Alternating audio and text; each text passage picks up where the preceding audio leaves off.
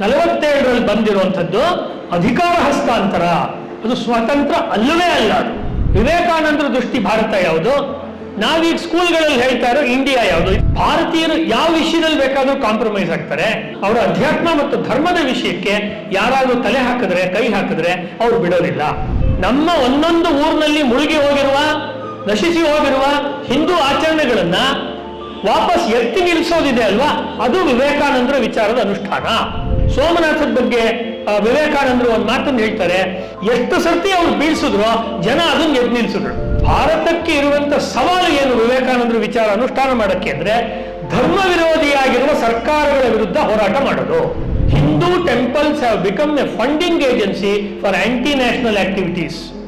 ಇದು ವಿಷಯ, ಸವಾಲು. ರಾಮಕೃಷ್ಣಾಶ್ರಮದ ಪುಸ್ತಕದಲ್ಲೇ ಇದೆ ಈ ಮಾತು. ಭಾರತೀಯತೆಯನ್ನು ಪ್ರತಿನಿಧಿಸೋರು ಆಡಳಿತ ಮಾಡ್ತಾ ಇದ್ರೆ ಅವರಿಗೆ ನನ್ನ ಸವಾಲು ಏನು ಅಂದ್ರೆ, ವಿವೇಕಾನಂದ ಜಯಂತಿ ಸಂದರ್ಭದಲ್ಲಿ ಒಂದೇ ಮಾತರನ್ನ ಪಾರ್ಲಿಮೆಂಟ್ ಅಲ್ಲಿ ಪ್ರತಿದಿನ ಪೂರ್ತಿ ಹಾಡಿಸಿ. ರಘುಪತಿ ರಾಘವ ರಾಜಾರಾಮ್, ಪತೀತ ಪಾವನ ಸೀತಾರಾಮ್, ಮಂಗಲ ವಿಗ್ರಹ ಮೇಘಶ್ಯಾಮ್, ಗಂಗಾ ತುಳಸಿ ಸಾಲಿಗ್ರಾಮ್. ಇದು ಒರಿಜಿನಲ್ ಹಾಡು. ವಿಡಿಯೋ ಮಾಡಿ ಸಾವಿರಾರು ಜನ ಹೇಳುವಂತೆ ಮಾಡ್ಬೇಕು ನಾವು ಇದನ್ನ. ವಿವೇಕಾನಂದರ ಬರವಣಿಗೆಯನ್ನು ಓದಬೇಕು.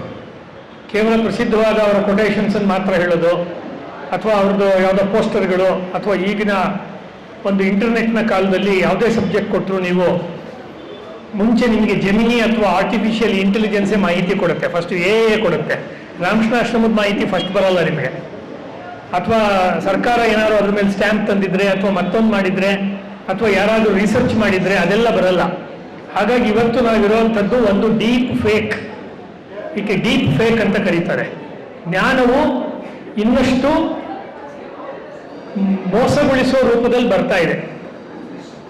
ಜ್ಞಾನವು ಇನ್ನೂ ಹೆಚ್ಚು ಮೋಸಗೊಳಿಸುವ ರೂಪದಲ್ಲಿ ಬರ್ತಾ ಇದೆ. ಯಾವುದು ಜ್ಞಾನ, ಯಾವುದು ಅಜ್ಞಾನ ಅಂತ ಒಂದು 20 ವರ್ಷದ ಹಿಂದೆ ಯಾರು ಪ್ರೊಫೆಸರು ಅಥವಾ ವಿಷಯ ತಿಳಿದವರು ಹೇಳ್ಬೋದಾಗಿತ್ತು. ಇವಾಗ ಸತ್ಯದ ತಲೆ ಮೇಲೆ ಹೊಡೆದಂತೆ ಈ ಆಧುನಿಕ ತಂತ್ರಜ್ಞಾನದ ಒಂದು ಮಾರೀಚ ರೂಪ. ಹೇಗೆ ಸೀತಾಪಹರಣ ಸಮಯದಲ್ಲಿ ಮಾರೀಚ ಮಾಯಾ ಜಿಂಕೆಯ ರೂಪದಲ್ಲಿ ಬರ್ತಾನೆ, ಸೀತೆಯ ಅಪಹರಣಕ್ಕೆ ಕಾರಣವಾಗ್ತಾನೋ, ಹಾಗೆ ಇವತ್ತು ನಮ್ಮ ಜ್ಞಾನ ಮತ್ತು ವಿವೇಕಕ್ಕೆ ಇರುವಂತ ಬಹಳ ಮೊದಲನೇ ದೊಡ್ಡ ಸವಾಲು ಯಾವುದು ಅಂದ್ರೆ, ಯಾವುದು ಒರಿಜಿನಲ್ಲು ಯಾವುದು ಫೇಕ್ ಅದೇ ಗೊತ್ತಾಗಲ್ಲ. ಒಂದು ಅಕ್ಕಿ ತಗೊಂಡ್ರೆ ಅಕ್ಕಿಯೊಳಗೆಲ್ಲ ಕಲ್ಲು ಬೆರ್ತಿರುತ್ತೆ, ಅದು ಅದೇ ಕಲ್ಲರಲ್ಲಿರುತ್ತೆ, ಗೊತ್ತೇ ಆಗೋದಿಲ್ಲ. ಆ ರೀತಿಯಲ್ಲಿ ಇವತ್ತು ಪ್ರತಿಯೊಂದು ಕ್ಷೇತ್ರದಲ್ಲೂ ಕೂಡ ಇರುವಂಥದ್ದು, ಶಿಕ್ಷಣ ಕ್ಷೇತ್ರ ಇರ್ಬೋದು, ಜ್ಞಾನದ ಬೇರೆ ಬೇರೆ ಭಾಗಗಳಲ್ಲಿರೋದು ಫೇಕ್. ಇದು ಏನು ವಿವೇಕಾನಂದರ ವಿಷಯದಲ್ಲಿ ಮೊದಲನೇ ಫೇಕ್, ಅದನ್ನು ಎದುರಿಸಿದ್ರೆ ಮಾತ್ರನೇ ಅದೇ ಸವಾಲು. ವಿವೇಕಾನಂದರು ಒಬ್ಬರು ಸೆಕ್ಯುಲರ್. ವಿವೇಕಾನಂದರಿಗೆ ನಾನು ಬರೆದಿರುವಂತ ಈ ಪುಸ್ತಕದಲ್ಲಿ ಅಥವಾ ರಾಮಕೃಷ್ಣಾಶ್ರಮದ ಅಥವಾ ಬೇರೆ ಬೇರೆಯವರು ಪ್ರಿಂಟ್ ಮಾಡಿರೋ ಫೋಟೋ ನೋಡಿದ್ದೀರಾ, ಮುಂದೆ ಇಟ್ಟಿದ್ದಾರೆ ದೀಪ ಪಕ್ಕ, ಉದ್ಘಾಟನಾ ಸಮಾರಂಭದಲ್ಲಿ ದೀಪ ಪುಷ್ಪಾರ್ಚನೆ ಮಾಡಿರ್ತಾರೆ. ಅಲ್ಲಿ ಕೇಸರಿ ಬಣ್ಣದ ಕಾವಿ ವಸ್ತ್ರವನ್ನು ಅವರು ಧರಿಸಿದ್ದಾರೆ. ವಿವೇಕಾನಂದರು ಸನ್ಯಾಸಿ. ಸನ್ಯಾಸಿಗಳ ಬಟ್ಟೆ ಕಾವಿ ಬಟ್ಟೆ, ಅದು ಯಾವುದೇ ಪಂಥದವರಾದರೂ ಅಷ್ಟೇನೆ. ನರಸಿಂಹರಾಯರು, ಪಿ ವಿ ನರಸಿಂಹರಾವ್ ಭಾರತದ ಪ್ರಧಾನಮಂತ್ರಿಗಳಾಗಿದ್ದಾಗ ವಿವೇಕಾನಂದರ ಯಾವುದೋ ಒಂದು ವಿಶೇಷ ಸಂದರ್ಭ, ನನಗೆ ಅದರ ಘಟನೆ ನೆನಪಿಲ್ಲ, ಯಾವುದೋ ಒಂದು ಶತಾಬ್ದಿನೋ ಏನೋ, ಆ ಸಂದರ್ಭದಲ್ಲಿ ಒಂದು ದೊಡ್ಡ ಯಾತ್ರೆ ನಡೀತು ಕನ್ಯಾಕುಮಾರಿನಲ್ಲಿ. ವಿವೇಕಾನಂದರ ಬಗ್ಗೆ ಇದು ಕತೆ ಹೇಳ್ತಾ ಇದ್ದೀನಿ ನಿಮಗೆ ಮಕ್ಕಳೇ, ಸ್ನೇಹಿತರೆ. ವಿವೇಕಾನಂದರದ್ದು ದೊಡ್ಡದೊಂದು ಕಟೌಟ್ ನಿಲ್ಸಿದ್ರು. ಎಲ್ಲ ಕಟೌಟ್ ನಿಲ್ಲಿಸ್ತಾರಲ್ಲ ಸಿನಿಮಾದವ್ರದ್ದು, ರಾಜಕಾರಣಿಗಳದ್ದು, ಆ ಥರ ದೊಡ್ಡದೊಂದು ಕಟೌಟ್ ನಿಲ್ಸಿದ್ರು. ಆ ಕಟೌಟ್ನಲ್ಲಿ ಯಾವ ಬಣ್ಣ ಇರಬೇಕಾಗಿತ್ತು ಅವರ ಬಟ್ಟೆ, ನೀವೇ ಹೇಳಿ, ಯಾವ ಬಣ್ಣ? ಕೇಸರಿ. ಅಲ್ಲಿ ಇದೆಯಲ್ಲ, ಅವು ಸನ್ಯಾಸಿಗಳು, ಅದು ನೀಲಿ ಬಣ್ಣ ಇತ್ತು, ಬ್ಲೂ ಕಲರ್. ಆಗ ಕರ್ನಾಟಕದಲ್ಲಿ ಒಂದು ಪತ್ರಿಕೆ ಶುರು ಮಾಡಿದ್ರು, ಸೀಮಾಂತ್. ನಾ ಕೃಷ್ಣಪ್ಪನವರ ನೇತೃತ್ವದಲ್ಲಿ, ಅವರೊಬ್ಬರು ಚಿಂತಕರು, ಸಂಸ್ಕೃತ ಅದಕ್ಕೆಲ್ಲ ಬಹಳ ಕೆಲಸ ಮಾಡಿದವರು, ಅಂದರೆ ಅದರ ಪ್ರೋತ್ಸಾಹಕ್ಕೆ. ಅಲ್ಲಿ ನೀಲಿ ಬಣ್ಣದ ಬಟ್ಟೆಯ ವಿವೇಕಾನಂದರ ಚಿತ್ರವನ್ನು ಹಾಕಿ ಕವರ್ ಪೇಜ್ ಮಾಡಿ, ಹೇಗೆ ಭಾರತದ ಸಂಸ್ಕೃತಿನಲ್ಲಿ ಸುಳ್ಳು, ರಾಜಕೀಯ ವಿಷಯದಲ್ಲಿ ಸುಳ್ಳು ಹೇಳ್ತಿದ್ರು, ಇತಿಹಾಸದ ವಿಷಯದಲ್ಲಿ ಸುಳ್ಳು ಹೇಳ್ತಿದ್ರು. ಈಗ ಬೇಲೂರು ಹಳೆಬೀಡಿಗಿಂತ ತಾಜ್ ಮಹಲ್ ಗ್ರೇಟ್ ಅಂತ ಹೇಳ್ತಾ ಇದ್ರು, ಔರಂಗಜೇಬ ಶಿವಾಜಿಗಿಂತ ಗ್ರೇಟ್ ಅಂತ ಹೇಳ್ತಾ ಇದ್ರು. ಭಾರತಕ್ಕೆ ಸ್ವಾತಂತ್ರ್ಯ ಬಂದಿದ್ದು ಚರ್ಕ ನೂತಿದ್ರಿಂದ ಅಂತ ಸುಳ್ಳು ಹೇಳ್ತಾ ಇದ್ರು. ಭಾರತಕ್ಕೆ ಸ್ವಾತಂತ್ರ್ಯ ಬಂದಿದ್ದು ಚಂದ್ರಶೇಖರ್ ಆಜಾದ್ ಅಥವಾ ಝಾನ್ಸಿ ರಾಣಿ ಅಥವಾ ಭಗತ್ ಸಿಂಗ್, ಸುಭಾಷ್ ಚಂದ್ರ ಬೋಸ್ ಇಂಥವರು ತ್ಯಾಗ ಬಲಿದಾನಗಳಿಂದ ಸುಳ್ಳನ್ನ, ಸತ್ಯವನ್ನ ಮುಚ್ಚಿಟ್ಟಿದ್ರು. ಅದೆಲ್ಲ ಒಂದು ಹಂತದಲ್ಲಾದ್ರೆ ನಮ್ಮ ದೇಶದ ಆತ್ಮ, ವಿವೇಕಾನಂದರು ಹೇಳಿದ್ದಾರೆ ಧರ್ಮಪ್ರಾಣ ಭಾರತ ಅಂತ. ಭಾರತದ ಆತ್ಮವೇ ಧರ್ಮ. ಈ ಧರ್ಮ ಅಥವಾ ಅಧ್ಯಾತ್ಮದ ವಿಷಯದಲ್ಲಿ ಯಾರು ದೊಡ್ಡ ದೊಡ್ಡ ನಾಯಕರು ಇದ್ದಾರೆ ಅವರ ಚಿತ್ರವನ್ನು ರೂಪುಗೆಡಿಸುವ, ಅದಕ್ಕೂ ಬಣ್ಣ ಬದಲಾಯಿಸುವ ಕೆಲಸವನ್ನ ಶುರು ಮಾಡಿ ವಿವೇಕಾನಂದರ ಬಗ್ಗೆ ಒಂದು ಸೆಕ್ಯುಲರ್ ಇಮೇಜ್ ಕೊಟ್ಟರು. ಇವತ್ತು ನಾನು ಅಧ್ಯಯನ ಮಾಡಿದಂತೆ ಇರುವಂಥದ್ದು ವಿವೇಕಾನಂದ ಫಾರ್ ಆಲ್ ಅಂತ ಸ್ವಾಮೀಜಿ ಹೇಳಿದ್ದು ಎಷ್ಟು ನಿಜನೋ, Vivekananda is primarily a Hindu, Vivekananda is primarily a proud Hindu. ಅವರ ಶಿಕಾಗೋ ಭಾಷಣದಲ್ಲಿ ಅವರು ಮತ್ತೆ ಮತ್ತೆ ಹೇಳುವಂಥದ್ದು ಅಂತ ಹೇಳಿದ್ರೆ, ನಾನು ಒಬ್ಬ ಹಿಂದೂ. ಹಿಂದೂ ಅನ್ನೋ ಪದವನ್ನು ಹೇಳೋದಕ್ಕೆ ನಾವು ಯಾವುದೇ ರೀತಿಯ ಸಂಕೋಚವನ್ನ ಮಾಡ್ಕೊಳ್ಳುವಂತ ಅಗತ್ಯವಿಲ್ಲ ಅನ್ನೋ ಮಾತನ್ನ ಸ್ವಾಮೀಜಿಯವರು ಹೇಳ್ತಾರೆ. ಅವರು ಉಪನ್ಯಾಸ ಮಾಡಿದ್ಮೇಲೆ ಶಿಕಾಗೋದಲ್ಲಿ ಮುಂದಿನ ದಿನ ಮಾರನೇ ದಿನ ಪತ್ರಿಕೆಗಳಲ್ಲಿ ಹಿಂದೂ ಮಾಂಕ್ ಆಫ್ ಇಂಡಿಯಾ ಅಂತಾನೆ ಪೇಪರ್ನಲ್ಲಿ ಬಂದಿದ್ದು. ನಾನು ಓದಿದ್ದು ಹಾಸನದ ಶ್ರೀ ರಾಮಕೃಷ್ಣ ವಿದ್ಯಾಲಯದಲ್ಲಿ. ಅದು ರಾಮಕೃಷ್ಣ ಪರಮಹಂಸರು ವಿವೇಕಾನಂದರ ಆದರ್ಶದ ಮೇಲೇನೆ ಕಟ್ಟಿದಂತ ಶಾಲೆ. ಅಲ್ಲಿ ಅದೇ ಫೋಟೋನೇ ನೋಡ್ತಾ ಇದ್ವಿ. ಅಂದ್ರೆ ನಮ್ಮ ಶಿಕ್ಷಣ ವಲಯದಲ್ಲಿ ಅಥವಾ ವಿವೇಕಾನಂದರ ಅಧ್ಯಯನದ ವಿಷಯದಲ್ಲಿ ವಿವೇಕಾನಂದರು ಕೇಸರಿ ಅಲ್ಲ, ವಿವೇಕಾನಂದರು ನೀಲಿ ಆಗ್ಬೋದು, ಬೇಕಾದ್ರೆ ನಾಳೆ ಅದು ಇನ್ನೊಂದು ಬಣ್ಣ ಆಗ್ಬೋದು. ಏನು ಬಿಟ್ಬಿಟ್ಟು ತೀರಾ ನಮ್ಮ ಕ್ರಿಶ್ಚಿಯನ್ ಫಾದರ್ಗಳ ತರ, ಫಾದರ್ ಅಂದ್ರೆ ನಮ್ಮ ಫಾದರ್ ಅಲ್ಲ, ಕ್ರಿಶ್ಚಿಯನ್ ಫಾದರ್ಗಳ ತರ ಬಿಳಿ ಬಟ್ಟೆನೂ ಆಗ್ಬೋದು, ಪಾದ್ರಿಗಳ ತರ, ಪ್ರೀಸ್ಟ್ಗಳ ತರ ಆಗ್ಬೋದು ಅನ್ನುವ ಒಂದು ಫೇಕ್ ಮಾಡಿದ್ರಲ್ಲ, ಇದು ಮೊದಲನೇ ಸವಾಲು. ವಿವೇಕಾನಂದರು ಚಿಂತೆ ಮಾಡಿದ್ದು ಇಡೀ ಜಗತ್ತಿನ ಬಗ್ಗೆ ಆದ್ರೂ ಅವರು ನಿಂತು ಚಿಂತನೆ ಮಾಡಿದ್ದು ಭಾರತ ದೇಶದಲ್ಲಿ. ಅದಕ್ಕೆ ಲೋಕಮಾನ್ಯ ತಿಲಕರು ಅವರನ್ನ ಪ್ರಾಫಿಟ್ ಆಫ್ ಇಂಡಿಯನ್ ನ್ಯಾಷನಲಿಸಂ, ಭಾರತದ ರಾಷ್ಟ್ರೀಯತೆಯ ಒಬ್ಬ ಜನಕ ಅಥವಾ ಬಹಳ ದೊಡ್ಡ ವಕ್ತಾರ ಅನ್ನೋ ರೀತಿಯಲ್ಲಿ ಅವ್ರ ಬಗ್ಗೆ ಹೇಳಿದ್ದು. ಭಾರತ ನನ್ನ ಶೈಶವದ ತೊಟ್ಟಿಲು, ನನ್ನ ತಾರುಣ್ಯದ ವಿಹಾರೋದ್ಯಾನ, ನನ್ನ ವೃದ್ಧಾಪ್ಯದ ವಾರಣಾಸಿ. ಭಾರತದ ಉಳಿವೆ ಜಗತ್ತಿನ ಉಳಿವಿಗೆ ಕಾರಣ. ಇದೆಲ್ಲವೂ ಕೂಡ ಭಾರತದ ಮೂಲಕವೇ ಜಗತ್ತಿಗೆ ಬರುತ್ತೆ ಅನ್ನೋ ಮಾತನ್ನ ವಿವೇಕಾನಂದರು ಹೇಳ್ತಾರಲ್ಲ. ಅಂದ್ರೆ ಭಾರತ ಅಂದ್ರೆ ಯಾವುದು? ವಿವೇಕಾನಂದರ ದೃಷ್ಟಿ ಭಾರತ ಯಾವುದು? ನಾವೀಗ ಸ್ಕೂಲ್ಗಳಲ್ಲಿ ಹೇಳ್ತಾ ಇರೋ ಇಂಡಿಯಾ ಯಾವುದು? ಇದು ಸೆಕೆಂಡ್ ಪಾಯಿಂಟ್. ಮೂರೇ ಪಾಯಿಂಟ್ ಹೇಳೋಣ. ಇಂಡಿಯಾ ಯಾವುದು? ಫಸ್ಟ್ ಹೇಳಿದ್ರೆ Vivekananda is essentially A proud Hindu. ಜಗತ್ತಿನಲ್ಲಿ ಯಾವ್ಯಾವುದು ಒಳ್ಳೇದಿದೆ ಅದನ್ನೆಲ್ಲ ಸೇರಿ ನಾವು ಹಿಂದೂ ಅಂತ ಹೇಳ್ತಾ ಇದ್ದೀವಿ. ಅದರ ಆಚರಣೆಯಲ್ಲಿ ಏನಾದರೂ ತಪ್ಪುಗಳಿದ್ರೆ ಅದನ್ನು ಸರಿಪಡಿಸ್ಕೊಳ್ಬೋದೇ ಹೊರತು ಹಿಂದೂ ಅನ್ನೋ ವಿಚಾರದಲ್ಲಿ ಏನು ದೋಷ ಇಲ್ಲ ಅನ್ನುವುದು ವಿವೇಕಾನಂದರು ಫಸ್ಟ್ ಹೇಳಿದ್ದು. ಅದಕ್ಕೆ ವಿವೇಕಾನಂದ ರಾಕ್ ಮೆಮೋರಿಯಲ್ ಅಂತ ಕಟ್ಟಿದ್ರು ಏಕನಾಥ ರಾನಡೆ ಅವರು. ಇಲ್ಲಿ ಇವತ್ತು ನೀವು ಕನ್ಯಾಕುಮಾರಿಗೆ ಹೋದ್ರೆ ವಿವೇಕಾನಂದರು ದೊಡ್ಡದೊಂದು ಶಿಲಾಸ್ಮಾರಕ ನೋಡ್ಬೋದು. ಯಾರು ಬೇಕಾದ್ರೂ ಟೂರಿಸಂ ಹೋದಾಗ ನೋಡ್ಬೋದು. ಅದನ್ನ ಮಾಡಿದವರು ಏಕನಾಥ ರಾನಡೆ ಅಂತವ್ರು, ದೊಡ್ಡ ದೇಶಭಕ್ತರು. ಆ ಕಾಲದಲ್ಲಿ ಅಲ್ಲಿ ಮಾಡಿದಂತಹ ವಿವೇಕಾನಂದ ಕೇಂದ್ರದವರು ಒಂದು ಪುಸ್ತಕ ತಂದ್ರು. ಯಾರಾದ್ರೂ ವಿವೇಕಾನಂದ ಪುಸ್ತಕವನ್ನ ರಾಮಕೃಷ್ಣಾಶ್ರಮ ಅಲ್ಲದೆ ಅಂತ ನಾನು ಹೇಳ್ತೀನಿ, ಅದು ಮೊದಲನೇ ಆದ್ಯತೆ. ಅದಲ್ಲದೆ ಬೇರೆ ಪುಸ್ತಕ ಓದಬೇಕು ಅಂತಿದ್ರೆ ನಾನು ಈ ಸಭೆಯಲ್ಲಿ ರೆಕಮೆಂಡ್ ಮಾಡೋದು ನನ್ನ ವಿದ್ಯಾರ್ಥಿ ಮಿತ್ರರಿಗೆ ರೌಸಿಂಗ್ ಕಾಲ್ ಟು ಹಿಂದೂ ನೇಷನ್ ಅಂತ ಹೇಳ್ತೀಯ. ಅವ್ರು ಇಂಡಿಯನ್ ನೇಷನ್ ಅಂತ ಹೇಳ್ತಾ ಇಲ್ಲ, ಹಿಂದೂ ನೇಷನ್. ಅಂದ್ರೆ ಭಾರತದಲ್ಲಿ ಯಾವತ್ತಿನ ತನಕ ಹಿಂದೂಗಳು ಬಹುಸಂಖ್ಯಾತರಾಗಿರ್ತಾರೋ ಅಲ್ಲಿ ತನಕವೇ ಭಾರತದಲ್ಲಿ ಇಲ್ಲಿಯ ಸಂಗೀತ, ಚಿತ್ರಕಲೆ, ದೇವಸ್ಥಾನ, ಮತ್ತೊಂದು ಅಥವಾ ಸೋಷಿಯಲ್ ಲೈಫ್, ಸಾಮಾಜಿಕ ಜೀವನ ಉಳಿಯುತ್ತೆ. ಇದು ವಿವೇಕಾನಂದರಿಗೆ ತುಂಬಾ ಸ್ಪಷ್ಟವಾಗಿ ಗೊತ್ತಿತ್ತು. ಹಾಗಾದ್ರೆ ಯಾವುದನ್ನ ಅವರು ಹಿಂದೂ ನೇಷನ್ ಅಂತ ಕರೀತಾ ಇದ್ದಾರೆ? ಯಾವುದನ್ನ ಅವ್ರು ಕರೀತಿದ್ದಾರೆ ಅಂದ್ರೆ ಪ್ರತಿಯೊಂದು ದೇಶಕ್ಕೆ ಅದರದ್ದೇ ಆಗಿರೋ ಒಂದು ಮೂಲಭೂತ ಸ್ವಭಾವ ಇರುತ್ತೆ, ಮೂಲಭೂತ ಗುಣಧರ್ಮ ಇರುತ್ತೆ. ಅದನ್ನು ಅವ್ರು ಗುರುತಿಸ್ತಾರೆ.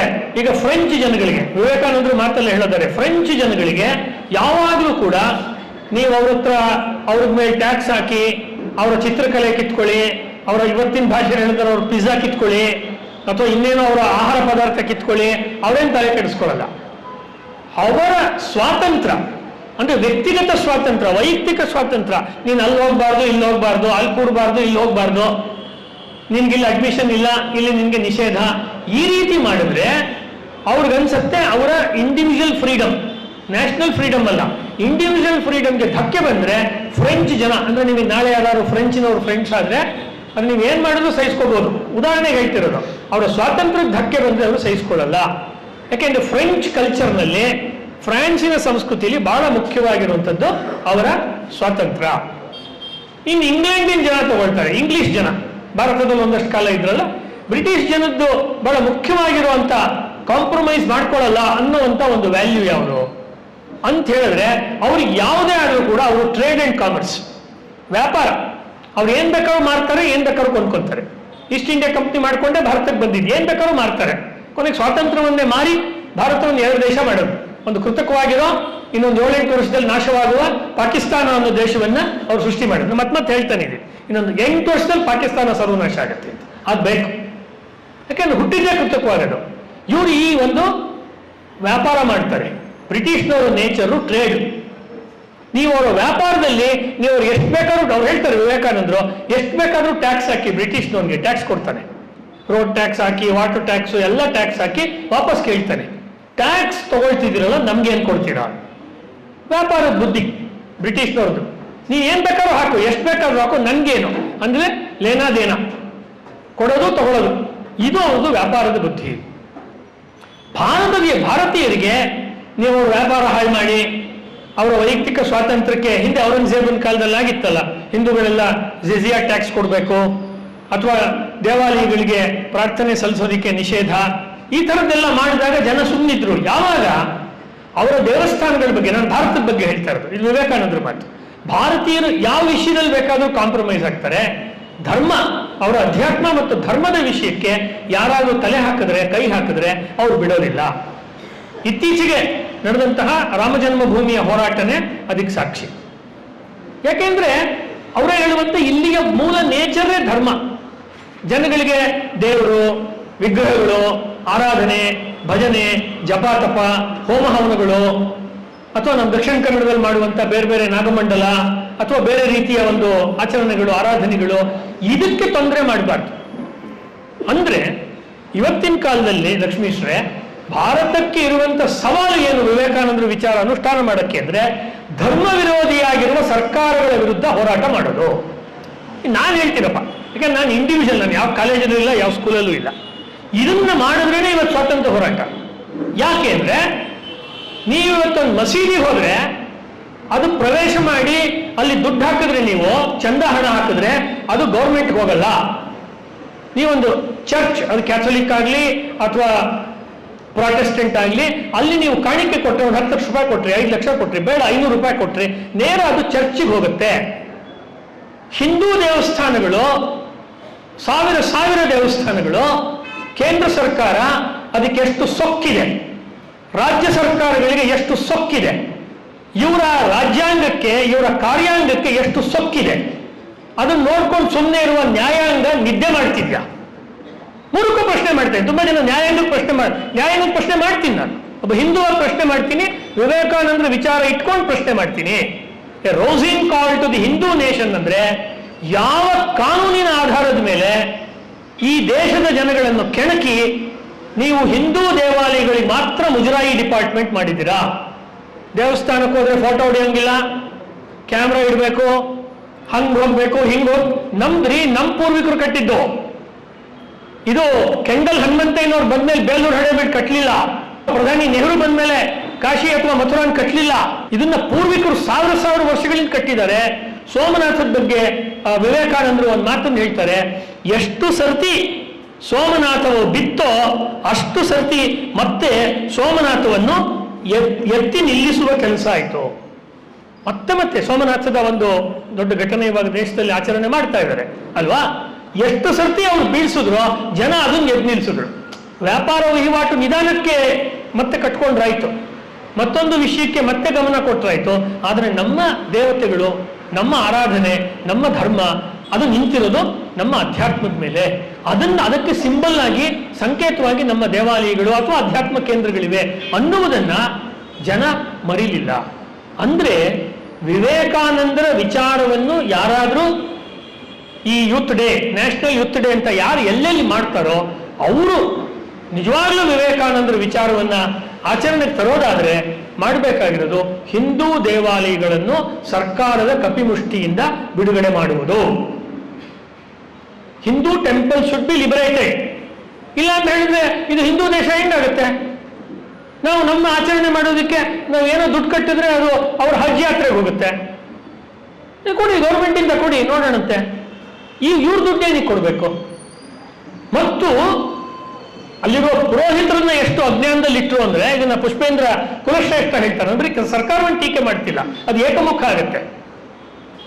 ಅಲ್ಲಿರುವಂತ ಪುರೋಹಿತರು ಯಾವ ದಬಾವ್ ಅಂತ ಹಿಂದಿನಲ್ಲಿ ಯಾವ ಒತ್ತಡಕ್ಕೆ ಸಿಗಾಕೊಂಡು, ಅಯ್ಯ ನೀನು ಇದಕ್ಕೆ ಹಾಕ್ಬೇಡ, ನೀನು ಬೇರೆ ರೀತಿ ವಿನಿಯೋಗ ಮಾಡಿ ದೇವಸ್ಥಾನದ ಉದ್ಧಾರ ಮಾಡು, ಈ ಹುಂಡಿಗೆ ಹಾಕ್ಬೇಡ. ಹುಂಡಿಗೆ ಹಾಕಿದ್ರೆ ಅದು ಭಾರತವನ್ನು ಪ್ರೀತಿಸ್ಬೋದು ಅಥವಾ ಪ್ರೀತಿಸದೇ ಇರ್ಬೋದು, ಅಂಥವ್ರ ವಿಚಾರಗಳಿಗೂ ಅದು ಫಂಡಿಂಗ್ ಆಗುತ್ತೆ. Hindu temples have become A funding agency for aunty national activities. ಇದು ವಿಷಯ, ಸವಾಲು. ಇದನ್ನ ಎದುರಿಸುವಂತ ಯಾವ ಗಂಡು ಮಗ ಇದನ್ನು ರಾಜಕಾರಣಿ ನಮ್ಮ ದೇಶದಲ್ಲಿ ಇವತ್ತು, ಕೇಂದ್ರದಿಂದ ಹಿಡಿದು ರಾಜ್ಯದ ತನಕ ಎದ್ದು ಬರಲಿ, ಸಭೆಯಿಂದ ಎದ್ದು ಬರಲಿ, ವಿಧಾನಸೌಧದಿಂದ ಮಾತಾಡೋಣ ಅವನ ಜೊತೆ. ನೋಡಪ್ಪ, ಇದು ವಿವೇಕಾನಂದರ ವಿಚಾರ ಹಿಂಗಿದೆ, ರಾಮಕೃಷ್ಣಾಶ್ರಮದ ಪುಸ್ತಕದಲ್ಲೇ ಇದೆ ಈ ಮಾತು, ಇದಕ್ಕೆ ನೀನೇನು ಉತ್ತರ ಕೊಡ್ತೀಯ? ನಮ್ಮ ಒಂದೊಂದು ಊರಿನಲ್ಲಿ ಮುಳುಗಿ ಹೋಗಿರುವ, ನಶಿಸಿ ಹೋಗಿರುವ ಹಿಂದೂ ಆಚರಣೆಗಳನ್ನ ವಾಪಸ್ ಎತ್ತಿ ನಿಲ್ಲಿಸೋದಿದೆ ಅಲ್ವಾ, ಅದು ವಿವೇಕಾನಂದರ ವಿಚಾರದ ಅನುಷ್ಠಾನ. ಒಂದೇ ಮಾತ್ರ 150ನೇ ವರ್ಷ, ಒಂದೇ ಮಾತ್ರ ತುಂಡಾಯ್ತು, ಗಾಂಧೀಜಿ ಇದ್ರು, ಶೌಕತ್ ಅಲಿ ಇದ್ರು, ನೆಹರು ಸರ್ಕಾರ ಆಯ್ತಪ್ಪ, ಕತೆ ಮುಗೀತಲ್ಲ, ಕತೆ 75 ವರ್ಷದ ಗೋಲ್ ಮುಗೀತು.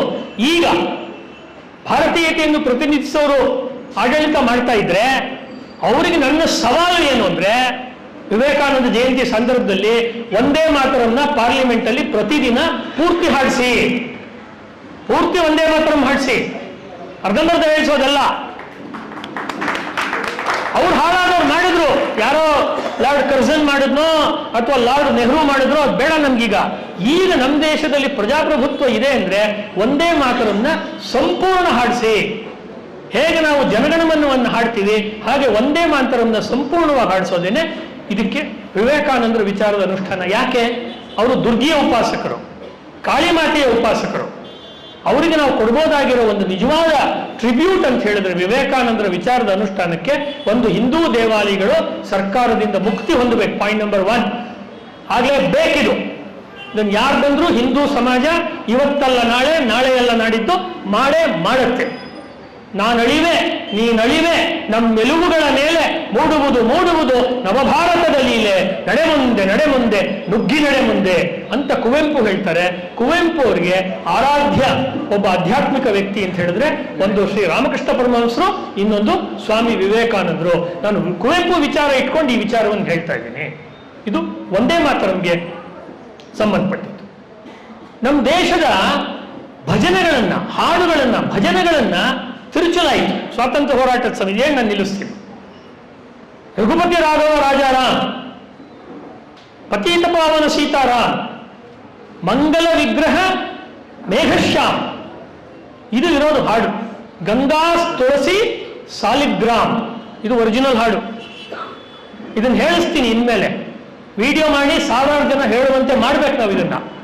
ಭಜನೆಯನ್ನು ನಾಶ ಮಾಡಿದ್ರು. ವಿವೇಕಾನಂದರ ವಿಚಾರದ ಅನುಷ್ಠಾನ ಅಂದ್ರೆ ಭಾರತೀಯತೆಯ ಅನುಷ್ಠಾನ. ಆ ಭಾರತೀಯತೆ ಅನ್ನೋದು ಹಿಂದೂ ವಿಚಾರ ಅಲ್ಲದೆ ಇನ್ಯಾವುದೂ ಇರಕ್ಕೆ ಸಾಧ್ಯನೇ ಇಲ್ಲ ಭಾರತದ ಮಟ್ಟಿಗೆ.